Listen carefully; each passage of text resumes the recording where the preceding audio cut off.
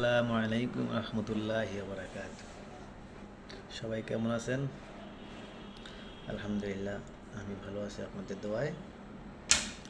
তো আজকে আবার ভিডিও নিয়ে চলে আসলাম। আমি না কোনো একটা জিনিস দেখলে বা কোনো গুরুত্বপূর্ণ কোনো জিনিস জানলে আমার মনে হয় যে এই জিনিসটা আপনাদের সাথে শেয়ার করাটাই ভালো, তাহলে আপনারাও জানতে পারবেন।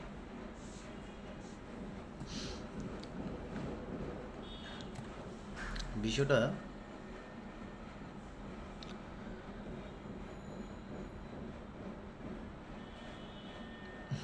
বিষয়টা হচ্ছে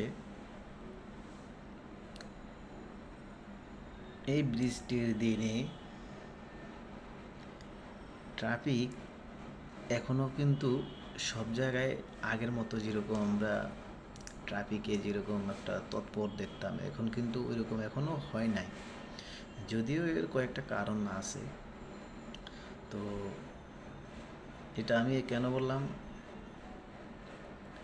এখনও রাস্তায় হাঁটতে গেলে অটো রিক্সা, ওই যে আপনার মোটর চালিত যে রিক্সাগুলো, ওইগুলোর জন্য এখনও রাস্তাঘাটে হাঁটা যায় না। আজকে আমি ব্যাংকে, রিক্সা তো পাই নাই, ব্যাংক তো কাছে অফিসের থেকে, তো আমি হেঁটে হেঁটে ব্যাংকের দিকে রওনা দিছি। উল্টো পথে একটা অটো রিক্সা আমার আমার শরীরে একটু একটুর জন্য আমার শরীরে লাগে নাই। যে বাতাস আসছে না, অনেক সময় যে বাতাসের মতো যায় এমন। তো আমি তখন তারে বললাম যে ভাই কী অবস্থা, আপনি প্রথমত উল্টো পথে আসছেন, এর উপর আপনি যে জোরে আসছেন, আমার একটুর জন্য তো আমার গায়ের উপর দিয়ে আপনি উঠাইয়ে দিতেন। তখন সে বলে আপনি দেখে চলতে পারেন না। তখন আমি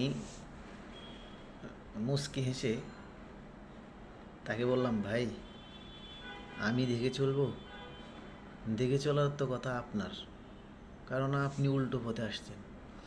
কারণ আমি তো জানি আমি এদিক দিয়ে যাব, এখন আপনি উল্টো পথে যদি আসে আমার শরীরের উপরে উঠান, সেক্ষেত্রে তো এটা আমার দোষ না।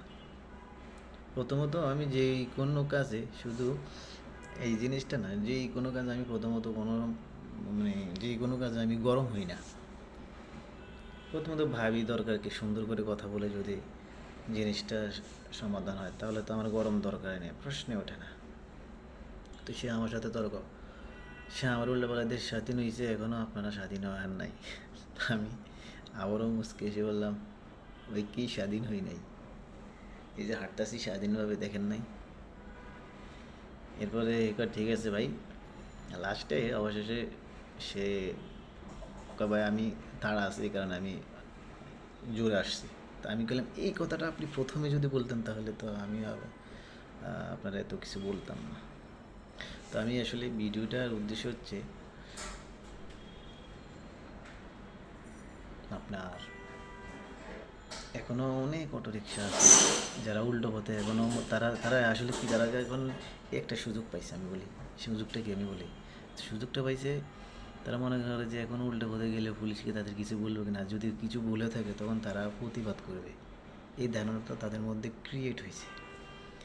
কিন্তু সরকারের প্রতি এই একটা দৃষ্টি রাখ, সরকারের প্রতি আমার একটা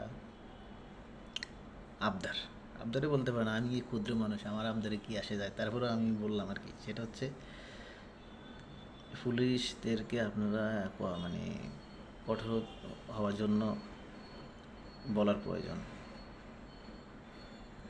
পুলিশ আসলে, আমরা যে পুলিশদের দোষ দিই, আসলে কিন্তু পুলিশদের কোনো দোষ নেই। পুলিশ কী করে? পুলিশ তো চাকরি করে ভাই। তারা যে সরকার আসছে, তারা তো ওই সরকারের কথাই শুনবে। এখন আপনি যদি পুলিশদেরকে যদি কোনো দলীয় লোকদের উপর ছেড়ে দেন, ধরেন আওয়ামী লীগ ক্ষমতা ছিল, তারা আওয়ামী লীগের কথা শুনছে, বিএনপি আসবে, বিএনপির ক্ষমতা শুনবে, বা অন্যান্য দল আসলে অন্যান্য দলের কথা শুনবে। কিন্তু আমি বলতে চাই, আপনারা পুলিশকে, পুলিশের ঊর্ধ্বতন যে কর্মকর্তা আছে তাদের হাতে ছেড়ে দিবেন, তারা যেটা বলবে তাদের কমান্ড মেনে তারা চলবে, তাহলে কিন্তু দেখবেন কোনো সমস্যা হবে না ইনশাল্লাহ। তো আজকে এ পর্যন্তই, আর কিছু বলবো না। ভালো থাকবেন সবাই, আল্লাহ হাফেজ।